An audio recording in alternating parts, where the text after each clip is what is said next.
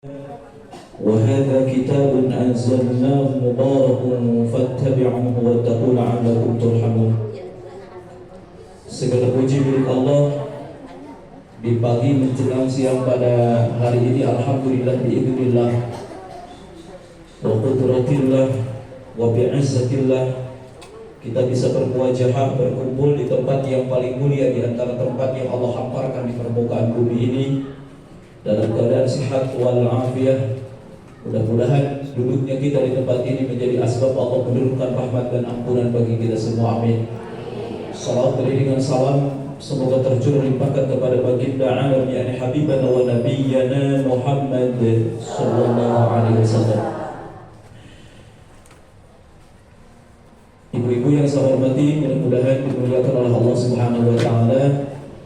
Sebagaimana disampaikan, kajian kita hari ini berbicara tentang sumber-sumber keberkahan dalam Al-Quran. Mohon maaf, ini tidak bisa ada, tidak connect ya.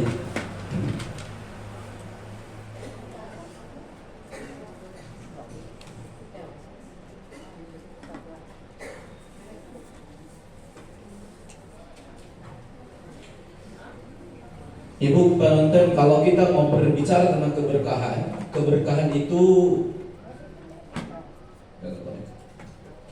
sering kita bicarakan ya. Mudah-mudahan hidup itu apa?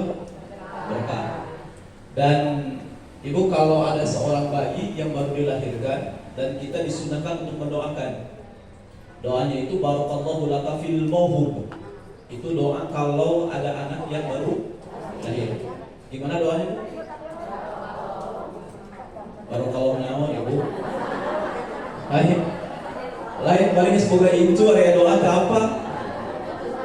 Saya izin dulu di sini ke Bapak. Ya kursinya jauh tuh. Oke, doanya itu barakallahu laka fil mauhub.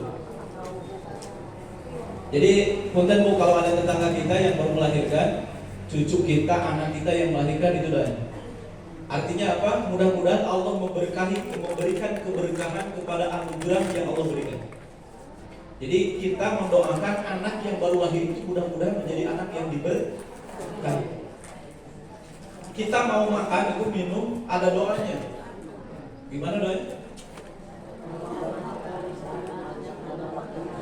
Sobat susing tarik dan malas menanawan asal oke. Allahumma barik lana. Allahumma apa artinya? Barik. Ya Allah berkahi makanan ini.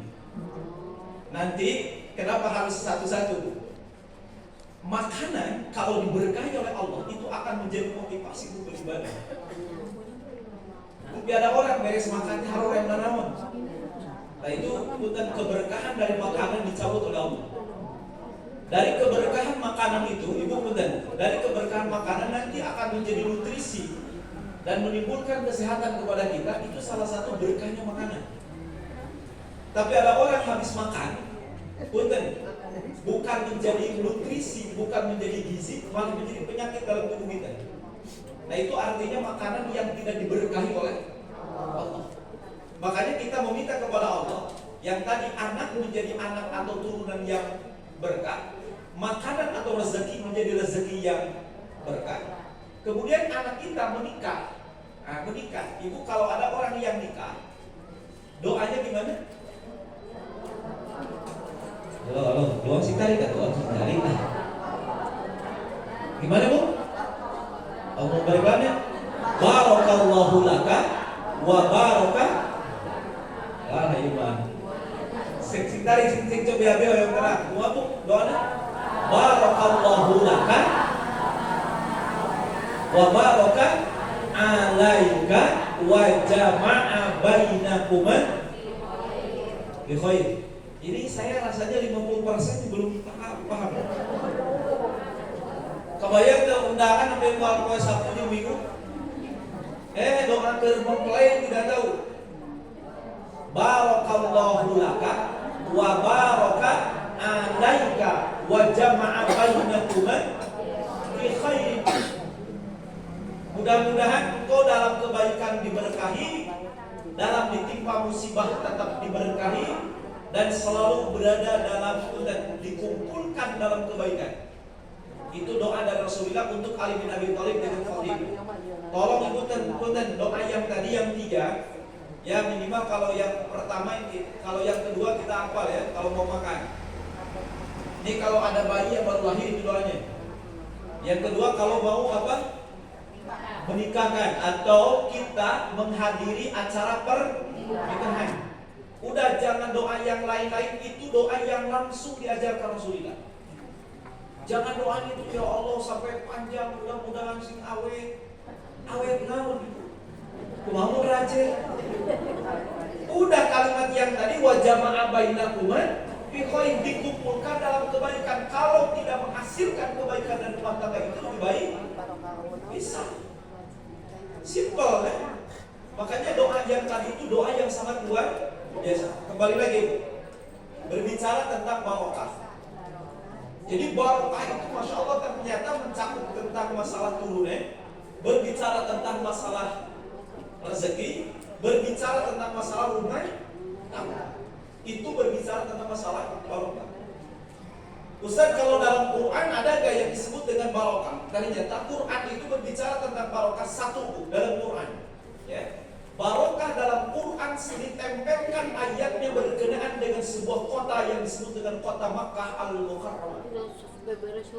Allah berfirman, "Inna awwala baitin wudi'a lin-nasi lalladzi bi Bakkah mubarakan." Ada kalimat mubarakan?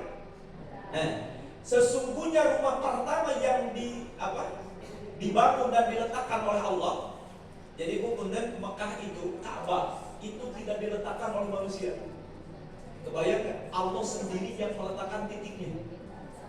Ustaz, kalau Nabi Ibrahim apa? Nabi Ibrahim itu merenovasi yang bangunan yang sudah ada. Jadi ternyata Ka'bah langsung diletakkannya oleh siapa?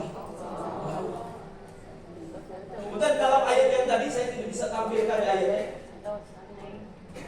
Jangan sekedar melalui ayat.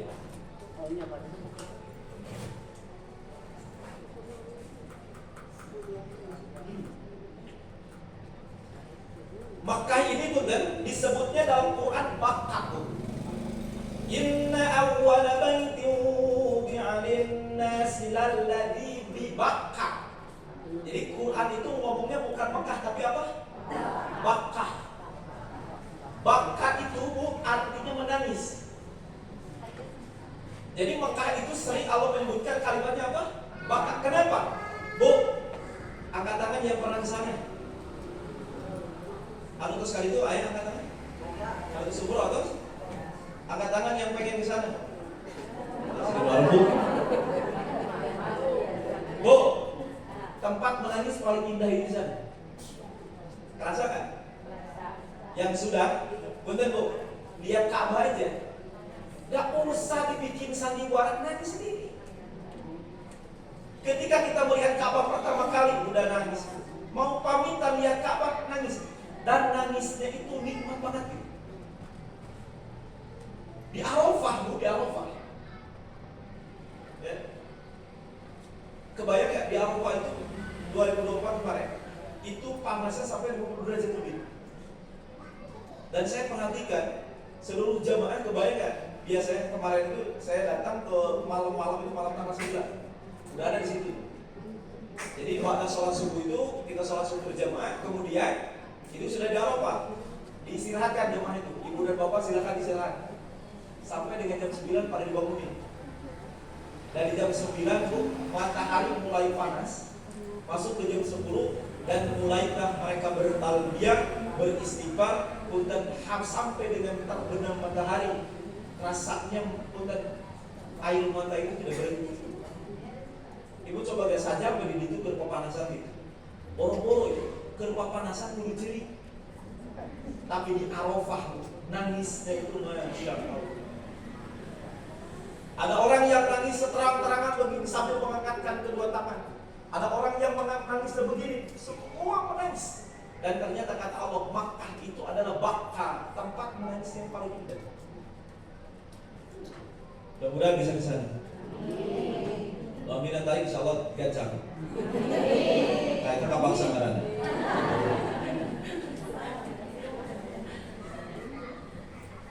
Oke, yang kedua, kota Mekah itu disebut dengan mubarakah, tempat yang penuh dengan keberkahan. Cek ibu-ibu yang berangkat haji, mereka ramai bu, persiapan di dia. Wah, saya jamaah reguler itu, ketika segala dibawa, dari situ, ayo mau nama sambal, mau putih, dekor. Naon ibu? Wah, asin tarasi bawa itu. Ya Allah ya karim. Bu, ini juga ayat. Jadi di sana itu perkara yang ada di kita ini ada di sana. Tapi sebaliknya, perkara yang tidak ada di sini ada di sana. Ini itu mana naon ayat. Dan demi Allah kota Mekah itu adalah kota yang diberkahi oleh Allah. Orang masuk ke sana itu tentram jiwanya, mendapatkan keberkahan dalam hidupnya. Dan bukan hanya sekarang, Bu. Jauh sebelum kelahiran Rasulullah SAW, Mekah itu sudah tempat kelilingnya manusia.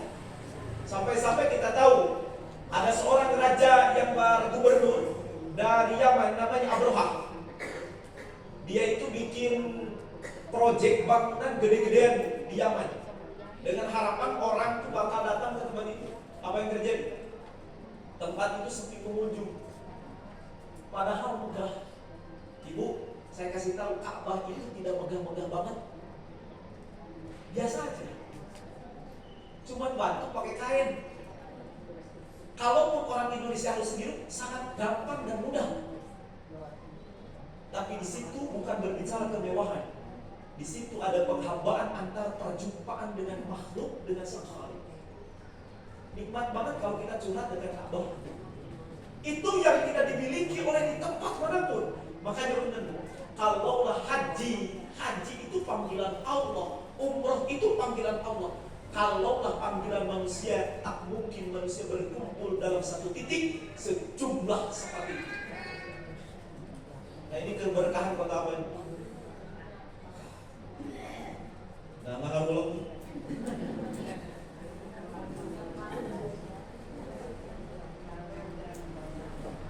Ayo kali itu ya.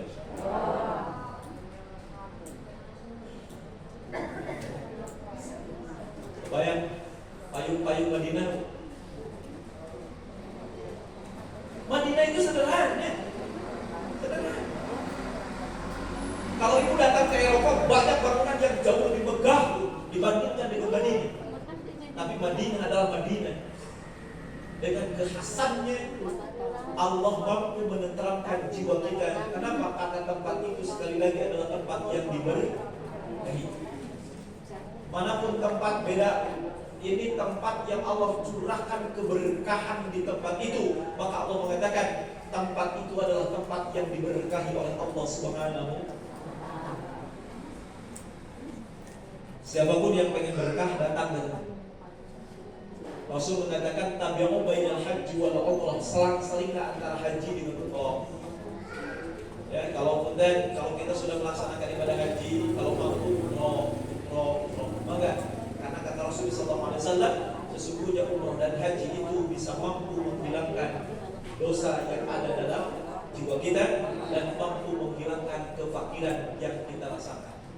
Nah, ini sekali lagi kehebatan haji dan umrah.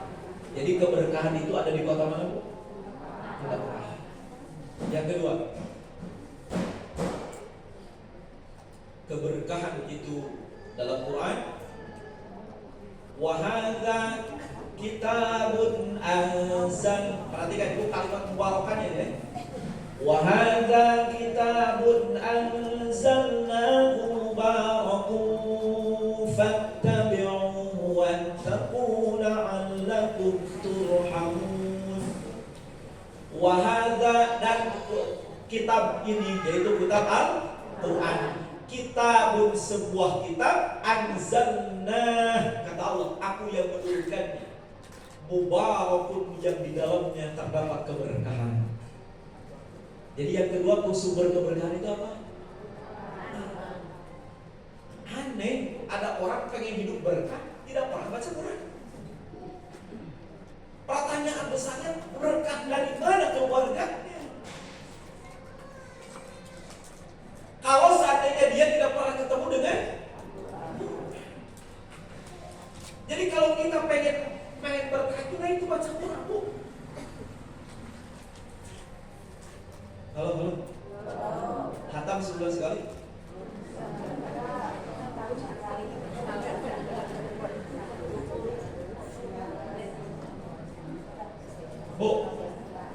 Ulang. Bulan sekali ya, teman.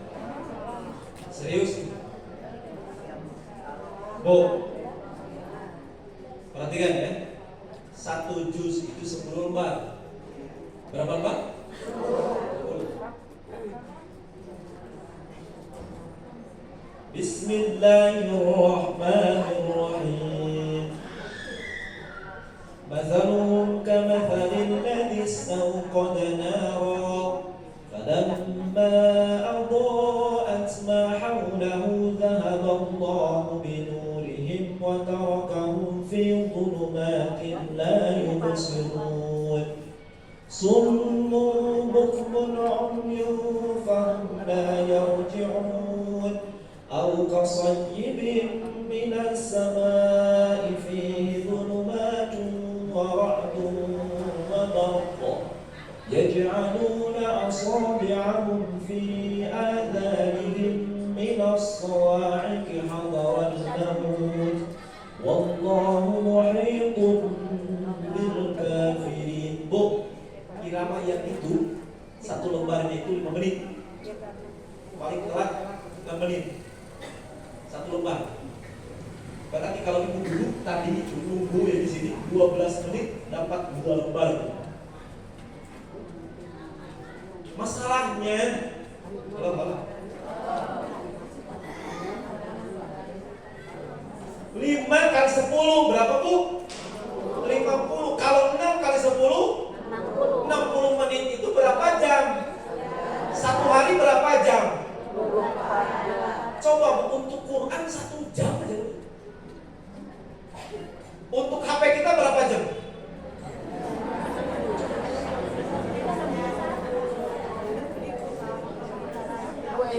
Aneh, kita pengen berkah tapi yang dipegang HP.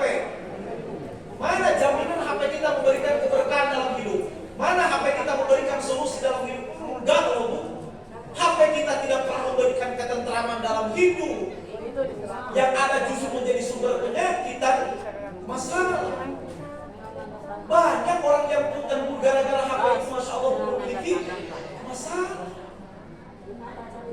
Tapi sumber ketenangan itu Quran, sumber petunjuk itu Quran, sumber keberkahan itu Quran. Butuh waktu 1 jam aja, 1 hari 1 juz, sebulan khatam loh. Loh. Berapa menit?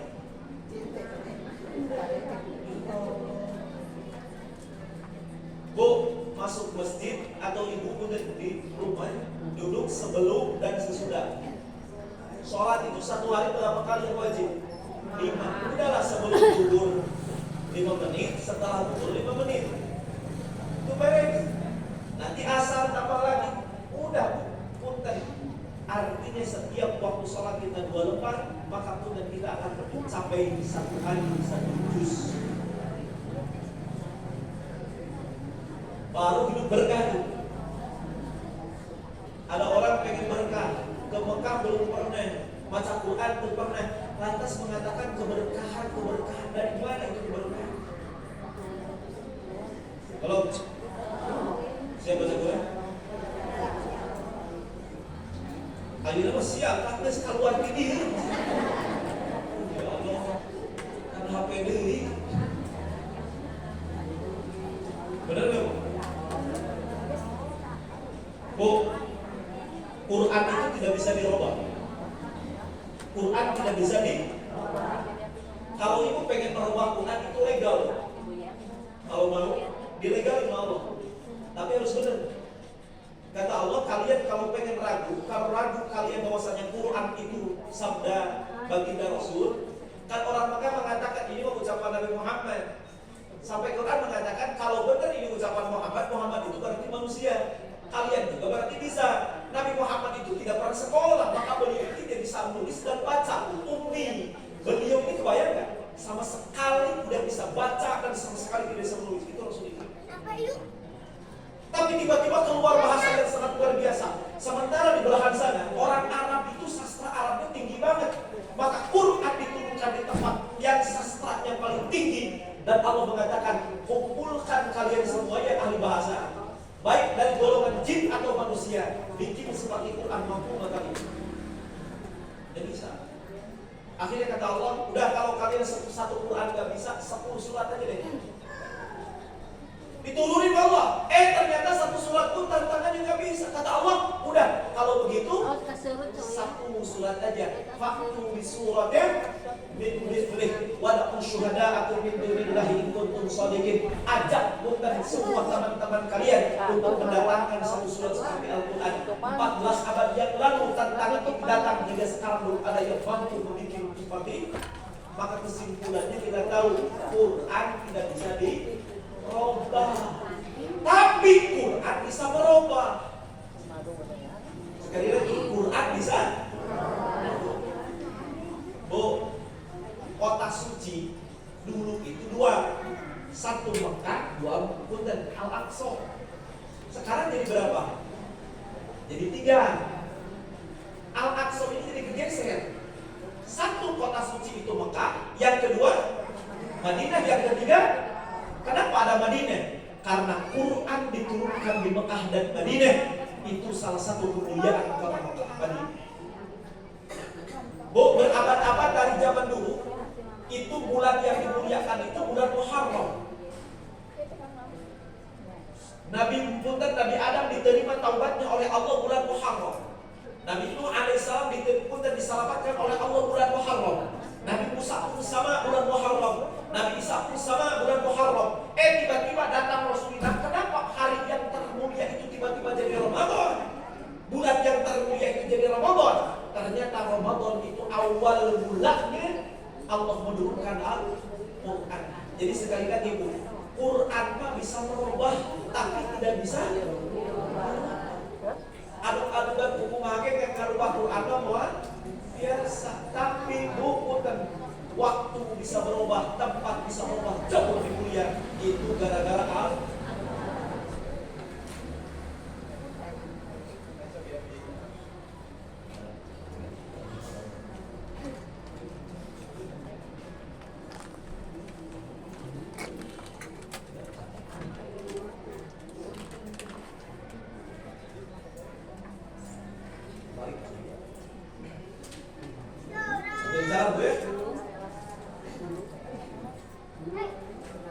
Jadi sekali lagi Quran bisa. Bu, dulu itu hari yang termulia itu hari Sabat. Sabat itu apa? Sabtu. Dulu itu yang termulia. Datang Quran di hari Jumat, maka hari yang termulia sekarang ya. Jadi sekali lagi, keluarga kita keluarga biasa. Menurut kita, bukan saya adalah keluarga biasa. Bisa nggak keluarga kita rubah? Bisa. Syaratnya Quran. Suaminya ahli Quran, istrinya ahli Quran, anak-anaknya ahli Quran, udah itu keluarga akan berubah di mata Allah Subhanahu wa taala. Kenapa? Karena sekali lagi Quran mampu merubah kedudukan seseorang. Halo. Ya. Saya lagi ngaji. Saya tanya, ibu-ibu yang hatam sebulan sekali, katanya. Ada di sini kan? Sebulan sekali ada? Ada yang waktu di beberapa tempat, ada yang angkat tangan. Saya punya majlis ta'lim binaan, alhamdulillah sebulan sekali hatam Quran. Itu bukan sebulan sekali, satu hari sekali hatam. Karena pesertanya 30. Odoj ya. Bu, kayaknya harus dibentuk juga. Jadi 30 orang daftar di sini satu hari 1 juz. Yang hari ini hari juz 1, besok juz 2, yang besok juz 2 dan juz 3 terus putar. Itu biasanya ada motivasi. Bu, dan ada ibu-ibu tiba-tiba ngangkat pusat, alhamdulillah saya sebulan 2 kali. Alhamdulillah. Emang ibu-ibu mah alhamdulillah saya lihat ibu-ibu itu rajin baca Quran. Ya adalah. Nah kalau bapak-bapak jangan ditanya itu. Kalau bapak-bapak jangan itu PR besar. Benar ya? Hampir di semua itu rata-rata bapak-bapak problemnya. Jadi sekali lagi kalau kita pengen menjadi ahli Quran, maka awali dengan keluarga kita, dan istrinya, suaminya, anak-anak yang ahli Quran. maka insya Allah keluarga itulah keluarga yang diberkahi oleh Allah Subhanahu wa Ta'ala. Saya pernah lagi ngaji diundang, Ustaz, saya pengen nikahin anak, jadi diundang itu pengajian Pak Pernikahan. Ketika itu ada kori di pinggir saya, Ustaz tolong mintain Tuhan, saya nggak bawa Quran, saya minta ke pribumi, Bu Haji, nama Quran, 10 menit kan datang. Guys itu benar dia datang. Alhamdulillah saya tidak pernah kayaknya mas kawin di Sarawak. Betul kan ya Ustaz? Kita tuh di awal alhamdulillah. Kebayang? Kita tadi kalau itu sudah. Kira-kira berapa tahun dia tidak baca apa? Allah ya karim. Bu, ngarap berkah, tapi cara baca Quran cuma berkahnya. Sumber keberkahan itu ada di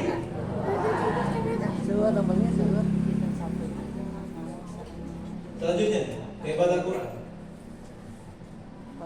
Bu, mukjizat yang zaman dulu yang pernah diberikan kepada Nabi, termasuk mukjizat yang Allah berikan kepada Rasul, itu hanya cerita sekarang.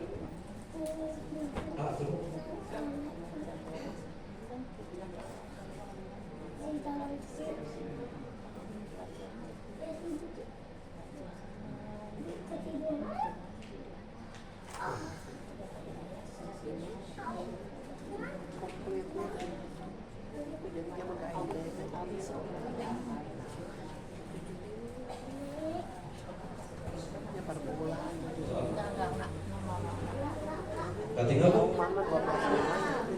17.5.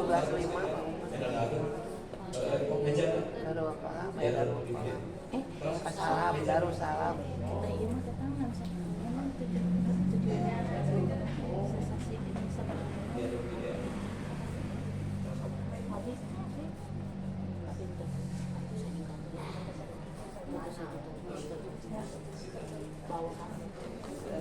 Darussalam 3,5 per bulannya 17.5. Oh 200 ya.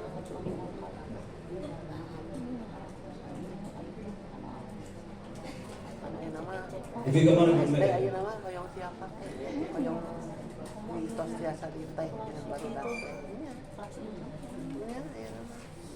Ini ayatnya Bu, surah Al-An'am ayat 25. Tadi yang Al-Maidah Al-Imran 96.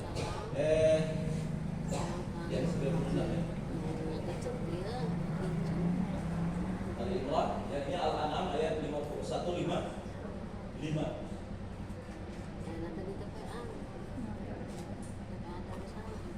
Ibu, kalau kita berbicara tentang mukjizat, itu cerita semua. Benar gak? Ibu pernah menyaksikan Nabi Musa membelah lautan? Enggak kan? Jadi kita hanya dapat apanya? Ceritanya. Yang kita yakini, cerita bukan sembarang cerita, tapi kisah. Yakin karena ada dalam Quran. Yang tidak mempan bakar ini siapa? Nabi siapa? Nabi Ibrahim. Ibu pernah lihat Nabi Ibrahim bakar waktu itu? Oke, Ibu jangankan Nabi Ibrahim yang Nabi yang terdahulu, Nabi Muhammad ketika mengeluarkan air dari jari jemarinya, Ibu pernah lihat? Ketika Nabi Muhammad membelah rembulan, itu Ibu lihat nggak? Yang ada sekarang, kalau Ibu saya tanya, Bu, Quran itu mukjizat Nabi Muhammad, Ibu lihat nggak? Quran ada nggak? Boleh jadi ada di tas ibu semua. Jadi sebenarnya mukjizat yang hari ini masih ada itu Quran. Kok kita masih meragukan Quran adalah mukjizat? Jadi kalau kita pengen mukjizat, maka jangan jauh-jauh daripada Bu, masih ingat kejadian di Jogja waktu Butuh Merapi? Ada satu kakek-kakek yang terkenal. Wah, siapa? Ada seorang perempuan dan itu masuk ke saya. Salah nanti saya cerita. itu beritanya itu masuk ke televisi. Satu keluarga, ibu muda, anaknya baru 2 itu selamat dari kejadian itu. Rumahnya mau hancur karena wadus gembel, awan panas. Ibu kalau awan panas itu tembok aja melapuk. Tapi ternyata keluarga ini temboknya hancur, rumahnya hancur, tapi keluarganya selamat. Kenapa? Berlindung dari mukena istrinya. Jadi beres sholat, anak-anaknya langsung arasuk karena mau termasuk salat ini. Bisa yang tahu kayak salat asukun yang bukan ini. Boleh dicontoh. Bu, saya dengar berita ini, langsung telepon teman saya, kebetulan dia jadi relawan. Telepon, namanya si Vigo, teman pesantren, namanya Vigo. Karena dia orang tuanya waktu itu senang dengan bola. Go, ente di mana? Saya lagi di tempat kejadian. Oke, bener gak ada seorang perempuan yang selamat? Betul saja. Saya tanya, kalau ada orang yang selamat, kebayang rumahnya hancur tapi orang ini bisa selamat. Kalau bukan keajaiban apalagi? Kalau bahasa kita mujizat. Ternyata saya tanya, itu siapa perempuan itu? Ternyata teman saya mengatakan, Ustaz, itu lulusan Pondok Pesantren Kerapiak, Yogyakarta. Perempuan ini hafal Quran 30 juz. Bu, kalau Nabi Ibrahim tidak mempan dibakar, itu apinya api dunia. Quran itu mampu menyelamatkan seseorang dari api neraka. Halo? Halo. Quran itu melindungi manusia lain tidak kahuruan dunia, bukan dari api dunia. Tapi Allah dan Rasul mengatakan Iqra'ul Quran fa innahu ya'ti yaumal qiyamati syafi'an li ashabi. Baca Quran karena di akhirat nanti badan kalian tidak akan pernah disentuh oleh api neraka ketika kalian menjadi ahli Quran. Halo, halo. Halo. Masih belum tertarik dengan Quran itu? Ya Allah. Hai baca. Jangankan api dunia, api akhirat aja yang Masya Allah berlipat-lipat panasnya daripada api dunia, itu tidak mempan kepada ahli. Dan bukan ketika kita baca Quran, bukan hanya diri kita yang selamat, tapi keturunan kita pun akan diselamatkan oleh Allah. Ali bin Abi Thalib meriwayatkan 70 generasi diselamatkan oleh ahli Quran. Orang tua kita mampu diselamatkan oleh ahli Quran. Ibu yang baca, orang tua yang dapat syafaat. Kalau baca pun, itulah keberkahan. Foto dikasih nggak? Lanjut. Ini yang ketiga, sumber keberkahan itu adalah orang soleh. Kami di tempat ibu ayah jadi soleh, pasti tempat yang nanti bakal barokah. Enggak, mama nanti dibilang. Gaduh tetangga, tukang nyokot barang, aman deh ibu, kira-kira. Nah itu, kumaha gaduh tetangga tukang ibadah, bager, ya Allah. Ayatnya ini, wa ja'alani mubarakan aynama kuntu wa awsani bis salati waz zakati ma dumtu hayya. Wa ja'alani, dan dia menjadikan aku mubarakan, yang penuh dengan keberkahan. Ayat ini berkenaan dengan Nabi Isa. Nabi Isa itu dimanapun dia berada, maka diberkahi oleh Allah. Nabi Isa itu sosok orang soleh. Artinya siapapun orang soleh mesti akan ada keberkahan di tempat itu. Nempel dengan orang soleh.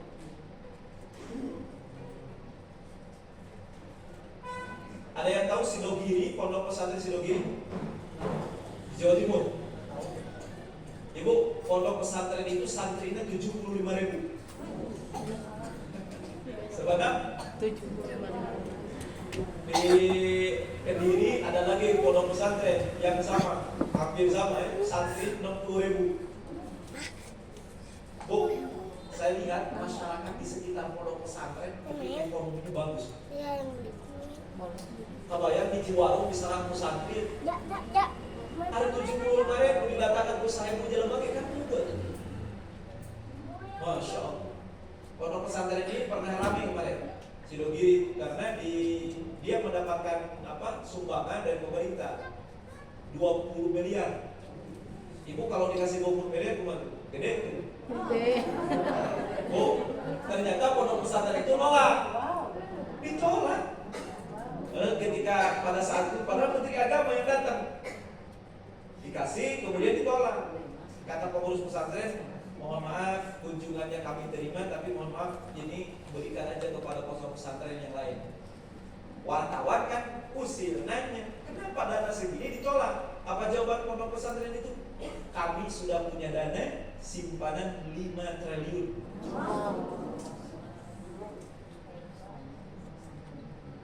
Bu, Sidogiri itu pondok pesantren sekarang usianya 400 tahun. Sancan ayah Indonesia, eta geus aya. Jelas bu? Searching aja soal pondok Sidogiri. Pondok pesantren bu, saya kebetulan kalau mau pesantren dulu saya di Jawa Timur. Di Jawa Timur pondok pesantren kalau gede. Tebu Ireng kurang lebih 10 ribuan. Yang kalau total dengan sekitarnya kurang lebih ada 20.000 santrian. Jadi pondok pesantren itu naon? Ya Allah, kebayang. Dan ternyata siapa orang yang pertama kali? Mesti orang soleh yang ilmunya berkah. Beliau mengajarkan dari pondok Sidogiri, muncullah ulama besar di Bangkalan, namanya Kiai Khalil Bangkalan. Kemudian dari Kiai Khalil punya murid namanya Hasim Asy'ari. Wih, jadi ternyata Masya Allah orang soleh satunya. Tapi sekali lagi, dimanapun ada orang soleh maka tempat itu mesti ada barokah. Coba di kampung kita dulu, ternyata ada masjid, ramai masjid, kemudian masyarakatnya balalan, ternyata ada pengajar di situ, pertamanya adalah orang. Jadi sekali lagi, dimanapun ada orang soleh, mesti tempat itu diberkahi.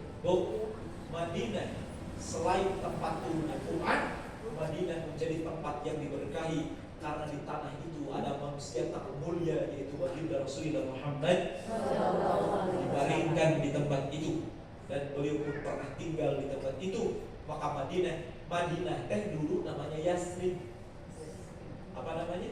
Yasrib. Apa artinya Yasrib? Yasrib itu berbekas. Kalau ada orang yang datang ke Madinah, baliknya masih sakit. Rasul itu punya bapak namanya Abdullah. Ibunya siapa? Siti Aminah. Di Babargenana di mana? Bumi Senen tahu nama? Bapaknya siapa bu? Abdullah. Abdullah itu ganteng, wajahnya bercahaya. Karena di dalam Abdullah ada nur baginda Rasulullah SAW. Direbutin nama cewek-cewek bu, tapi beliau menikah dengan Aminah. Ternyata Abdullah datang ke Madinah dan beliau sakit di Madinah dan meninggal di Madinah. Aminah ketika Rasulullah usia 6 tahun, maka Rasul dibawa jalan-jalan ke Madinah dari kota Mekah, menempuh jarak 450 kiloan. Aminah pada saat itu membawa Rasul yang masih kecil untuk ziarah ke makam ayahandanya di kota Madinah. Pulangnya sakit dan meninggal di pertengahan jalan, namanya Abwa. Jadi kota Madinah dulu serem banget. Orang ke sana sakit, tiba-tiba datanglah Rasulullah. Maka pada saat itu ketika Rasul datang, para sahabat melihat ada segumpalan awan hitam dari kota Madinah yang Allah pindahkan. Maka para sahabat, ya Rasulullah, kami melihat ada awan hitam dari tempat ini. Kata Rasulullah, itulah penyakit yang Allah pindahkan dari Yasrib. Sehingga Rasul langsung mengganti kota Yasrib itu menjadi Madinah Al-Munawwarah. Sekali lagi, kehebatan orang soleh itu. Lanjut.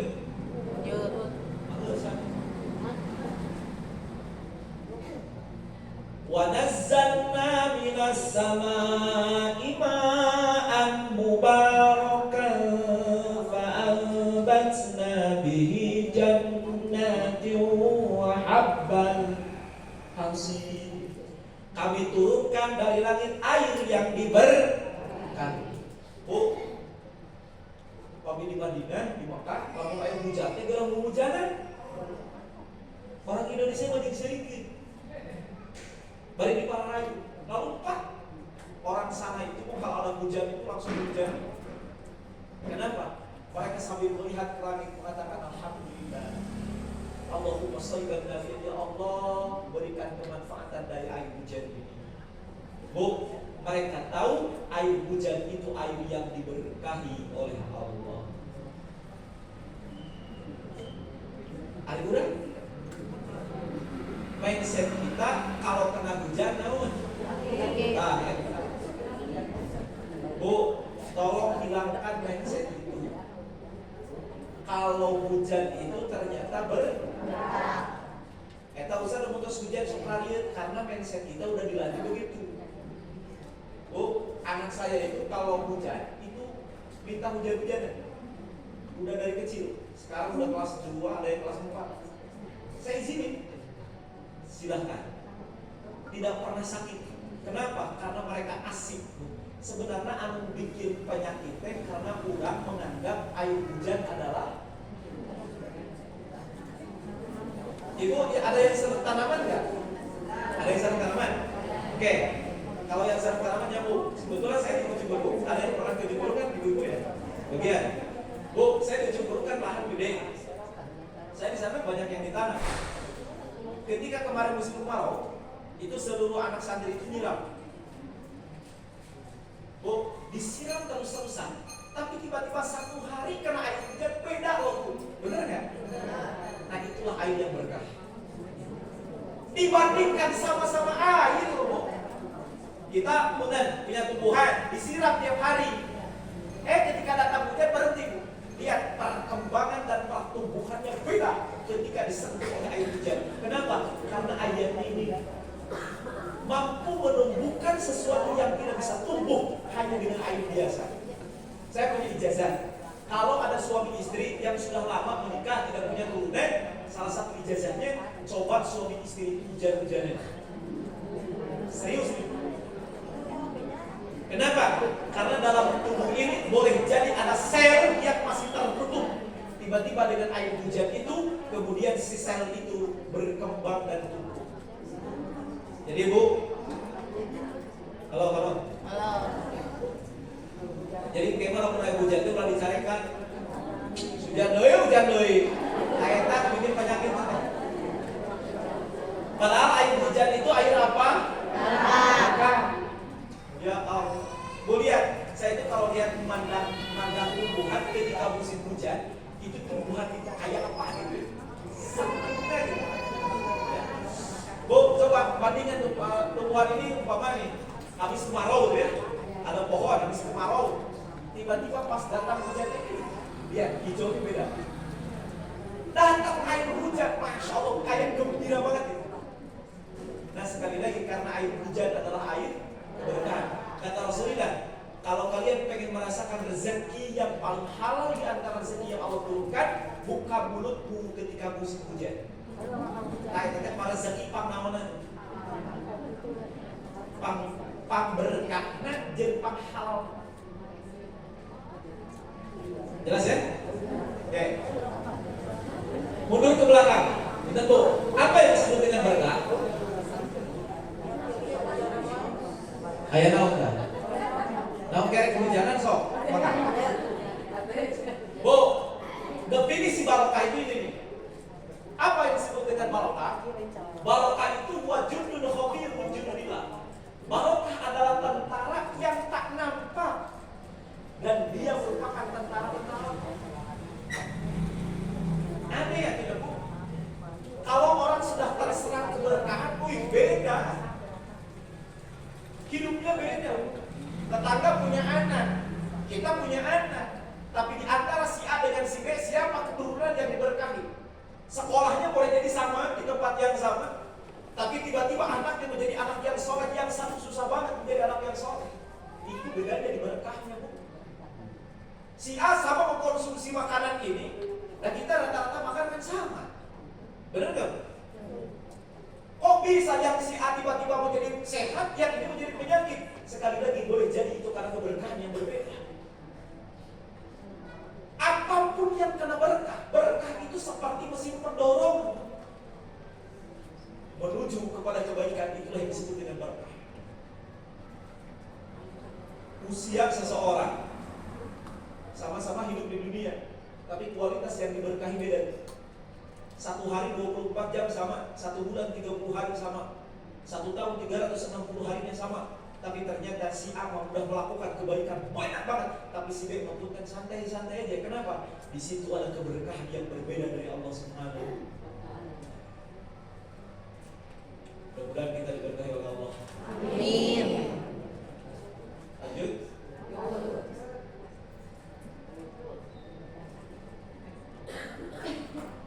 Nanti jalan.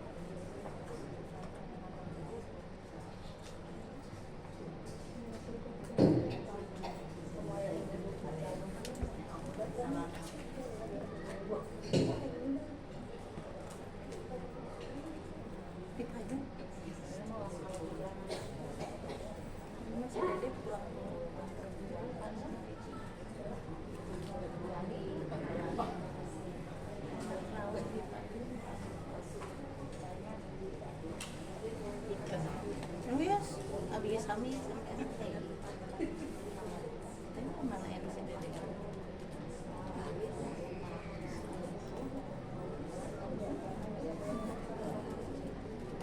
Ingat Bu, yang pertama, keberkahan itu bisa datang ke dalam harta kita. Yang tadi saya mengatakan Allahumma barik lana fima razaq. Nah, Bu, kenapa harta? Dan kenapa saya membahas yang pertama ini? Bu, hati-hati dengan harta. Hati-hati dengan harta. Harta itu efeknya panjang banget. Bisa keturunan, bisa kepada tubuh kita, bisa kepada kemaslahatan ilmu kita. Itu bisa dia bersumber dari naungan. Lalu barokah lompat makan harta, idah halat al barokah filmar. Ketika harta yang diberkahi, maka aksarotu harta itu tak akan habis. Orang Sunda sok aya istilah 7 turunan. Orang Sunda atau orang Indonesia? Saya tidak setuju Bu, kalau harta cuma 7 turunan. Karena saya punya teman, dia sengsara Bu. Ari kenal jeung orang tuanya ternyata baru hartanya keluar. Cek abdi teh nah ieu teh jelema misi-misi deui, saya mah turunan ka 8. Halo. Kan tadi 7 turunan, ari ka 8. Sengsara ka 8 ka 8 ka 10, aduh batin. Halo. Betak barokah mah tidak terputus. Nah, kalau di Madinah kita menemukan ada sebuah hotel bintang 3. Di depannya tulis sama wakaf Utsman bin Affan. Siapa yang tidak kenal dengan Utsman bin Affan? Beliau sahabat Rasulullah yang sudah meninggal hampir 15 abad. Harta hingga sekarang masih ada, rekeningnya masih penuh, dan punten hingga sekarang masih bisa berwakaf untuk umat Islam. Beliau sudah tak nampak di dunia ini.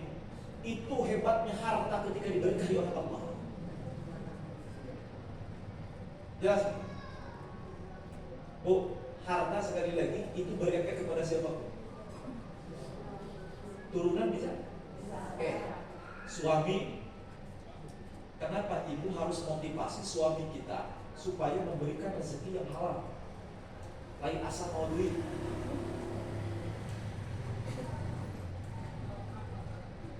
Oh, di zaman Hasan Basri ada seorang perempuan, ada seorang suami, dia lagi di pasar jualan. Ternyata jualan itu bohong terus. Hasan Basri ini tahu orang itu bohong. Dia teriak-teriak, ibu-ibu mangga diobral, gak apa-apa saya rugi, gak apa-apa. Modalnya sekian, dijual sekian, gak apa-apa. Bohong gak? Mungkin penjual hayang rugi. Ya. Hasan Basri tahu, tapi tiba-tiba Bu, setelah beberapa saat Hasan Basri lewat lagi. Orang yang kemarin ketika di pasar yang teriak-teriak sekarang menjadi pendiam. Ada yang jawab, Tuhan berapa ini? Maka silakan saya beli sekian, dia tahu ini jujur. Silakan mau melebihi berapa? Kata Hasan Basri, loh kok sekarang orang ini jadi robah, jadi soleh. Kemudian Hasan Basri datangin, Tuhan dulu saya itu pernah lewat ke sini, saya tahu Anda dulu adalah penjual yang bohong, tapi sekarang Anda menjual dengan cara yang jujur. Kenapa? Kemudian orang ini berkata, dulu itu saya punya istri, saya cinta dengan istri saya. Ketika saya datang ke rumah, yang dia tanyakan selalu berkata, berapa penghasilan hari ini? Berapa hasil hari ini, keuntungan hari ini? Sehingga saya berusaha untuk membahagiakan istri saya meskipun harus bermodal. Tiba-tiba istri saya meninggal. Duka inilah duka Allah, alhamdulillah duka Allah. Dan istri saya meninggal. Kemudian saya nikah lagi, dan kebetulan istri saya sekarang itu solehnya luar biasa. Ketika beliau saya bawa keuntungan dari pasar, dari hasil jualan saya, maka dia berkata kepada saya selalu hampir tiap hari, dia berkata, wahai suamiku, halalkah kau rezeki yang kau bawa? Kalau tidak, tolong jangan bawa ke rumah. Sehingga ketika itu saya berusaha mencari rezeki yang halal. Ternyata istri itu boleh jadi menjadi motivasi bagi siapa? Bu, koruptor itu rata-rata di baliknya itu adalah istri yang bermegah-megahan. Halo. Makanya motivasi suami kita supaya mendapatkan rezeki yang halal. Jelas Bu? Jelas. Perhatikan Bu, suami bawa rezeki haram, dimakan sama siapa? Keluarganya. Sebelum nikah aja dimakan sama suami. Ada jadi nutrisi, ada jadi sperma. Hubunganlah suami istri itu. Kemudian dari hubungan suami istri itu muncullah seorang anak. Awas, sumbernya dari mana? Kok bisa Ustaz? Bu, Aisyah itu istri Rasul yang cerdas. Beliau ini sering memperhatikan Rasulullah SAW. Jadi apapun yang dilakukan Rasul itu selalu dilihat. Dan ternyata di antara putri Rasul, Rasul itu punya putri anak perempuannya 4. Ada Ummu Kulsum, ada Ruqayyah, ada Zainab, dan Fatimah. Ternyata Fatimah adalah putri yang paling sering dicium Rasul. Yang paling sering dicium Rasul siapa? Maka dan Aisyah bertanya, ya Rasulullah, aku perhatikan, kenapa Fatimah sering banget dicium oleh Rasul? Berbeda dengan anak-anak yang lain. Apa jawaban Rasulullah? Ketika terjadi Isra Mi'raj, aku pada saat itu naik ke langit pertama, kedua, ketiga, berjumpa dengan para nabi. Kemudian di Al-Aqsa, wah, apa banget tuh kejadian. Kata Rasulullah, aku diizinkan melihat surga dan neraka. Ketika aku masuk mampir ke dalam surga, bukan hanya mampir, tapi Rasulullah mencicipi makanan dari surga. Ada satu pohon yang berbuah, kata Rasulullah. Kemudian aku petik buahnya, aku makan buahnya. Begitu nikmatnya, kata Rasulullah SAW. Setelah itu aku pulang dan langsung berhubungan suami istri dengan Khadijah. Dan ternyata dari makanan surga itulah diciptakannya Fatimah. Fatimah itu tidak haid. Kenapa? Menurut medis perempuan yang tidak haid tidak normal. Tapi Fatimah punya anak Hasan dan Husain. Kata Rasulullah, Fatimah itu sumbernya dari makanan surga. Ini dalil bahwasanya makanan yang kita makan itu akan menjadi turunan kita. Maka dan kata Rasul mengatakan, Fatimah itu berasal dari makanan sesungguhnya dia bidadari dari surga yang ada di bumi ini. Kemudian kata Rasulullah, ketika aku mencium Fatimah, maka yang tercium itu bau wanginya surga. Gunawan sebabnya para koruptor itu nanti kasih diteliti. Dalam protesnya saya, para koruptor anaknya itu rata-rata bermasalah. Ya, para koruptor di Indonesia itu kalau ada koruptor, kemudian dia anaknya itu mesti bermasalah. Jadi sekali lagi, apapun yang kita makan itu berefeknya panjang, boleh jadi keturunan. Lihat, ada Imam Bukhari. Imam Bukhari itu cerdasnya ditampung.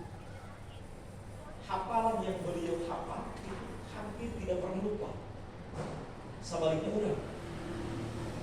Ayo. Cara apa geus poho? Bawakeun surah An-Nas, masuk ke Al-Falaq, An-Nas poho Al-Falaq. Aduh, ya Allah. Bawakeun An-Naba, dan 5 ayat, masuk ke genep, hiji poho deui. Halo, geus gitu, Bu?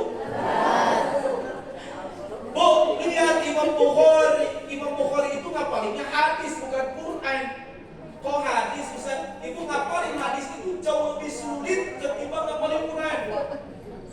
Karena kata-kata hadis itu lebih ruwet, lebih jelimet bahasa ketimbang Quran. Quran pada enak itu, Bu. Qad sami'a Allahu qawlan lati tujadilu. Irama teh enakeun. Hadis moal bisa gitu-gitu. Tapi Imam Bukhari punya hafalan hadis yang luar biasa. Beliau punya gurunya sampai 1.700 guru. Utak ibu-ibu lah sombong. Abdi memoal pengawasan kalau serius Ustaz ieu mah enakeun. Siga halus gitu pada goreng. Bu, Imam Bukhari itu gurunya banyak. Sehingga memfilter kebenaran itu bisa seimbang. Namun punten, Ustaz itu kemungkinan bisa salah. Saya itu boleh jadi saya ngomong itu ada yang salah kan? Maka Abdi sebenarnya memakai kamera-kamera itu dan asli. Oh, cenah mah yo, mah batur naroto. Rek naroto mah kada dieu.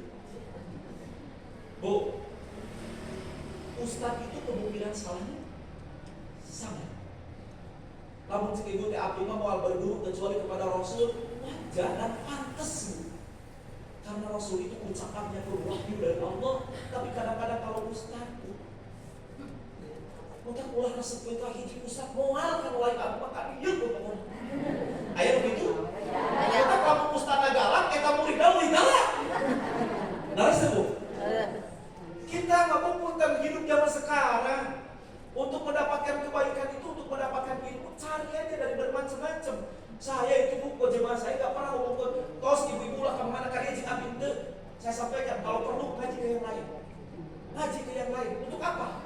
Sehingga kita menemukan kebenaran itu dari bermacam sumber. Imam Bukhari gurunya sebarang tadi. Bu, Imam Bukhari pintarnya. Siapa Imam Bukhari?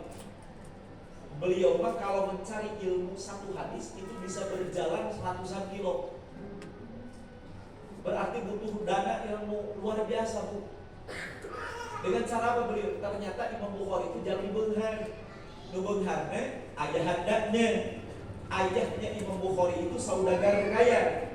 Namun ketika beliau pada saat itu meninggal, Imam Bukhari masih dalam kandungnya. Kemudian ayahanda Imam Bukhari berkata kepada istrinya, "Wahai istriku, aku jamin seluruh harta yang aku tinggalkan seluruhnya dijamin halal, tidak pernah bercampur dengan barang haram." Tentang kualitas anaknya juga gitu. Kurang wanita itu dia. Harta abdi mah saya anaknya halal, wanita. Pak kurang bingung. Masalahnya baheula jual beli orang bohong. Balas itu. Allah menjadikan Imam Bukhari kasihnya seperti itu. Ternyata ayahandanya bukan hanya orang kaya, tapi ternyata orang yang mampu mengumpulkan harta dari sumber-sumber yang efek harta sekali lagi.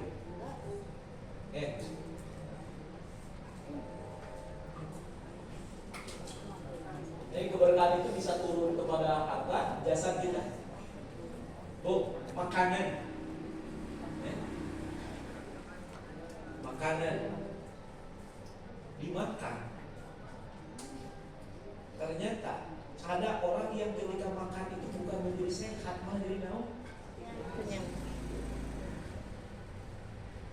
Makanya sekali lagi jangan pernah melepaskan Allahumma barik lana wa qina harta kita, jasad kita. Oke, ada yang keturunan, ada yang ke hati. Kalau hati kita diberkahi oleh Allah, maka tetap damai, santai, karena kekayaan itu bukan diletakkan dalam akhlak. Kebahagiaan itu tidak pernah kalaulah kebahagiaan itu diletakkan dalam harta, niscaya orang miskin tidak pernah bahagia. Kalau Allah letakkan kebahagiaan itu di para pejabat, niscaya rakyat mau bahagia. Kalaulah kebahagiaan itu diletakkan oleh Allah di orang bodoh, di orang pintar, maka niscaya orang bodoh itu tidak pernah bahagia. Tapi ternyata buktinya ada orang miskin bahagia, ada rakyat yang bahagia, ada orang bodoh pun yang bahagia. Ternyata apa? Karena Allah memberikan kebahagiaan itu dalam hati.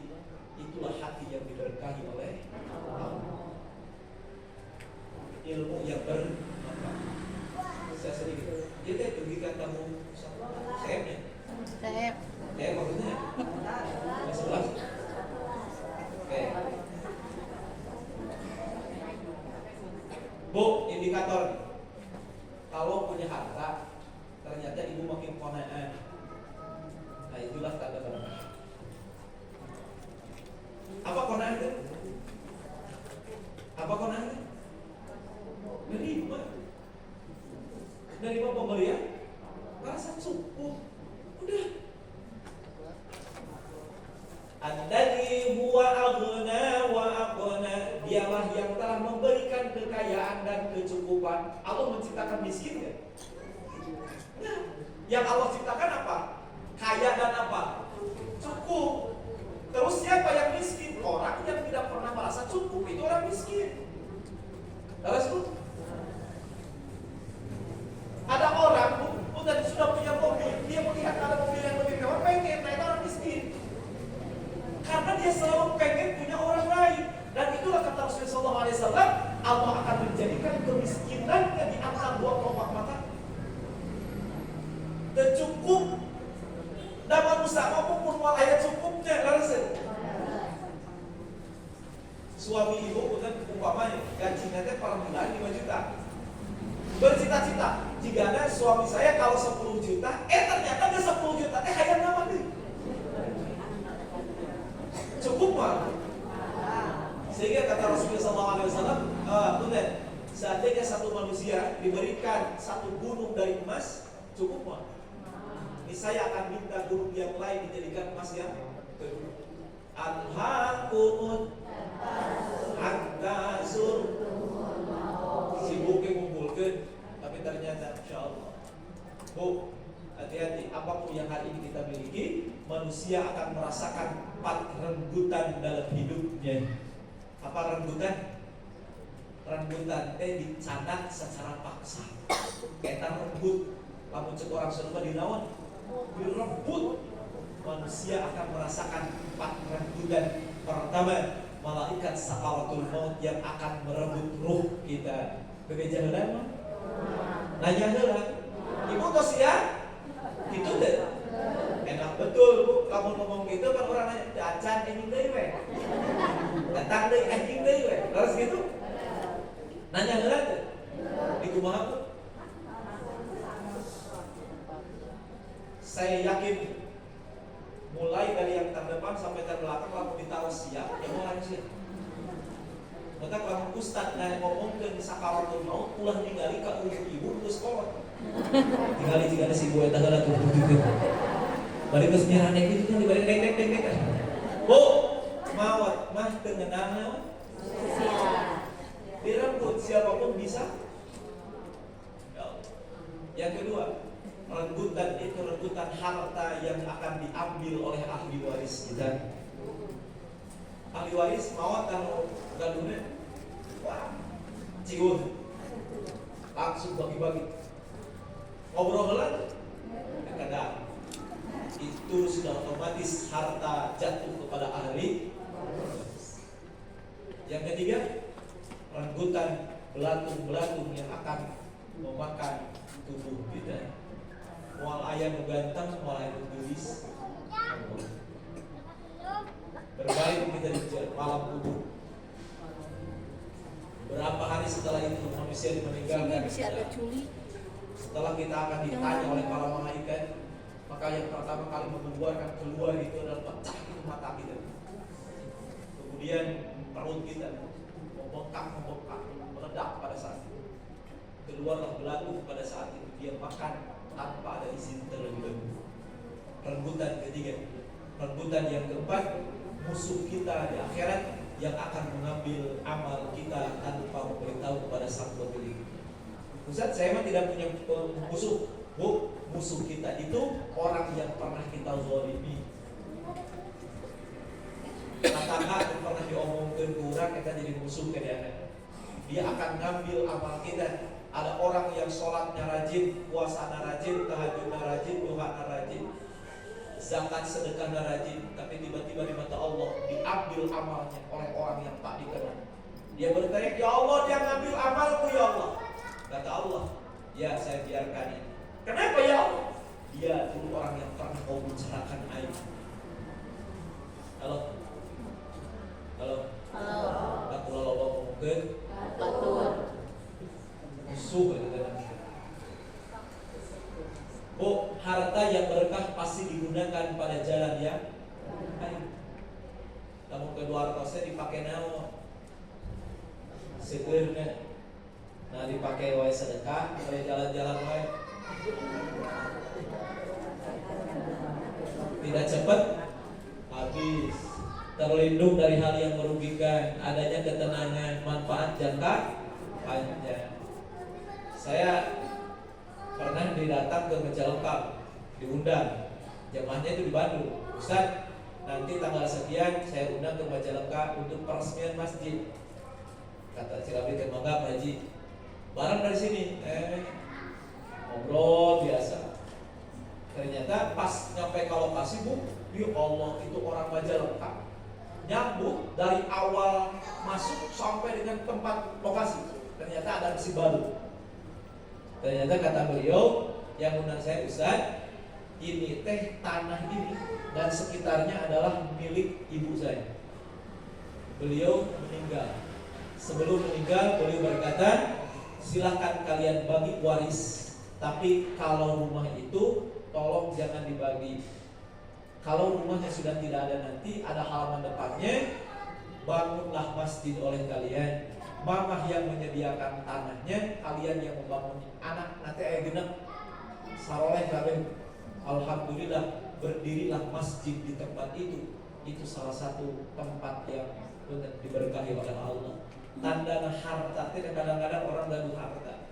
Beakun di Soekarno Hatta ada lokemat, tahu kan? Di belakang nanti ayat komplek Arya Graha. Saya sering isi di situ. Kata komplek Mika Ardila, rumahnya di situ. Gak ada ibu kata rumah-rumah 4 lantai, 3 lantai. Pokoknya luar biasa. Bulan Ramadan saya ngisi di situ, kemudian parkir di depan rumah yang gelap. Ayo, kemudian gelap. Akhirnya di situ karena buru-buru. Kemudian saya ngomong ke DKM, Pak DKM, mobil saya parkirin di rumah yang ditutup. Kata DKM, gak apa-apa Ustaz, itu rumahnya kosong. Saya kan nanya, rumahnya kosong gede, mobil nggak jajan. Emang kemana pemiliknya? Udah meninggal Ustaz. Meninggal. Kata beliau, suaminya meninggal, disusul 2 bulan setelah itu istrinya meninggal. Punya anak satu-satunya laki-laki meninggal juga. Hartanya sekarang dibekukan. Mobil nggak jajan, gimana mewah. Tiba-tiba ada yang ngobrol lagi, Ustaz, saya tahu beliau itu punya tanah di Tasik. Saminggu pakai mobil gulingan itu pernah beres. Halo? Jadinya kayak sadar harta kayak dikumpul-kumpul marah. Dia sekumpul marah.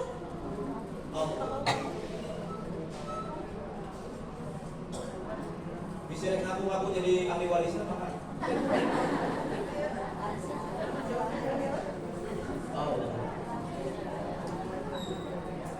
Indikator keberkahan, jasa sehat dan kuat fisik, energik dalam melakukan kebaikan, sabar ya dalam beban dan ujian. Ini salah satu kalau kita punya tubuh yang apa?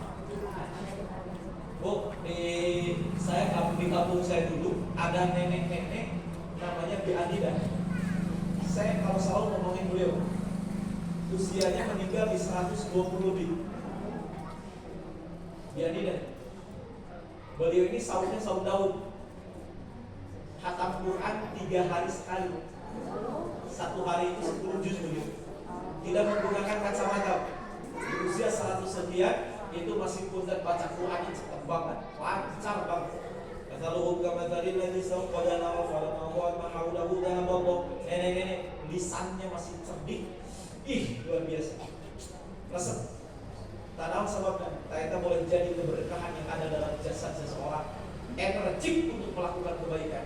Lainnya yang pengajian sampai di para rayu. Boleh deui, tak boleh deui. HP deui, HP deui. Hesek yang dibawa pada naon teh. Halo. Mudah melakukan kebaikan. Tak lewat tulisan. Ini sekali lagi ini tanda-tanda tubuh yang diberkahi oleh cepat. Pada turunnya taat beragama dan berakhlak menjadi sumber kebahagiaan orang tua, berbakti kepada orang tua, mudah menuntut ilmu dan berprestasi. Hatinya yang lembut dan sabar. Ini kalau turunan kita turunan yang diberkahi oleh Allah. Dan untuk budak-budak ya Allah. Kadang-kadang anak kita hari ini banyak orang tua yang mengeluhkan anaknya.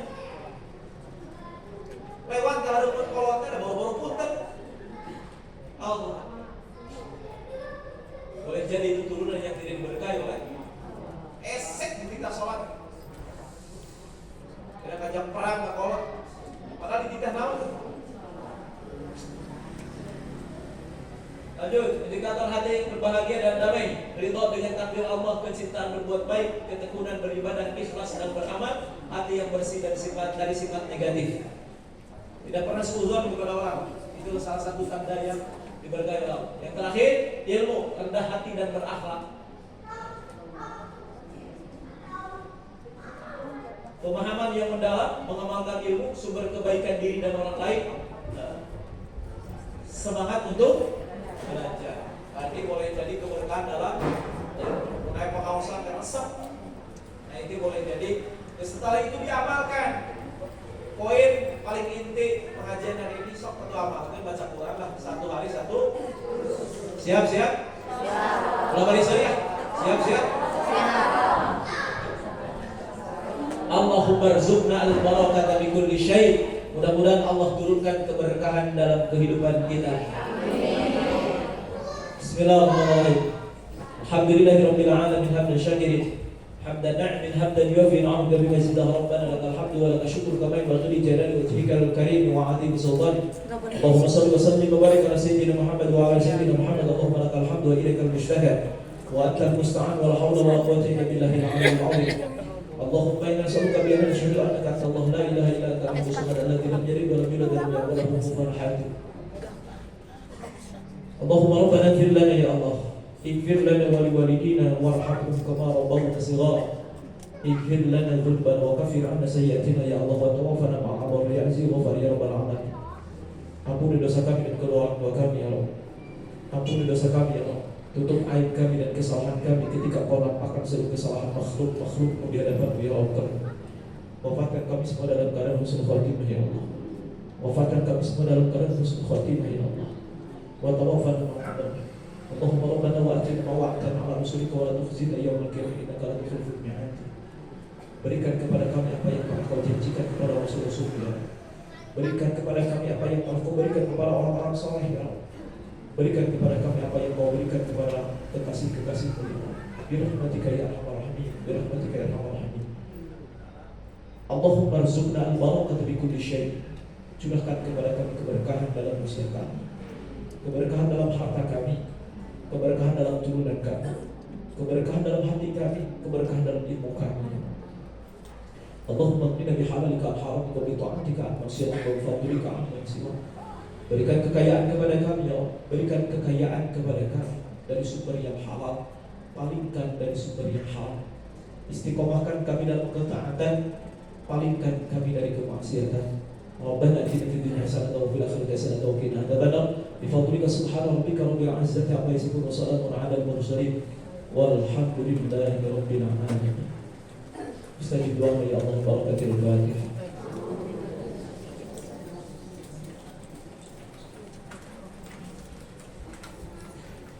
Sebelum pamit ada yang minta doa nih, sedikit. Ibu Risma Irni Sari binti Asep Juarsa yang sedang sakit, mudah-mudahan beliau diberikan kesembuhan dan kesehatan oleh Allah SWT. Amin. Al-Fatihah.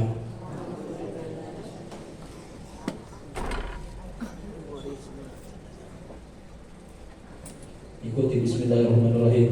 Bismillahirrahmanirrahim. Allahumma Allahumma Rabbanas Al-Hibil Ba'sa Ishfi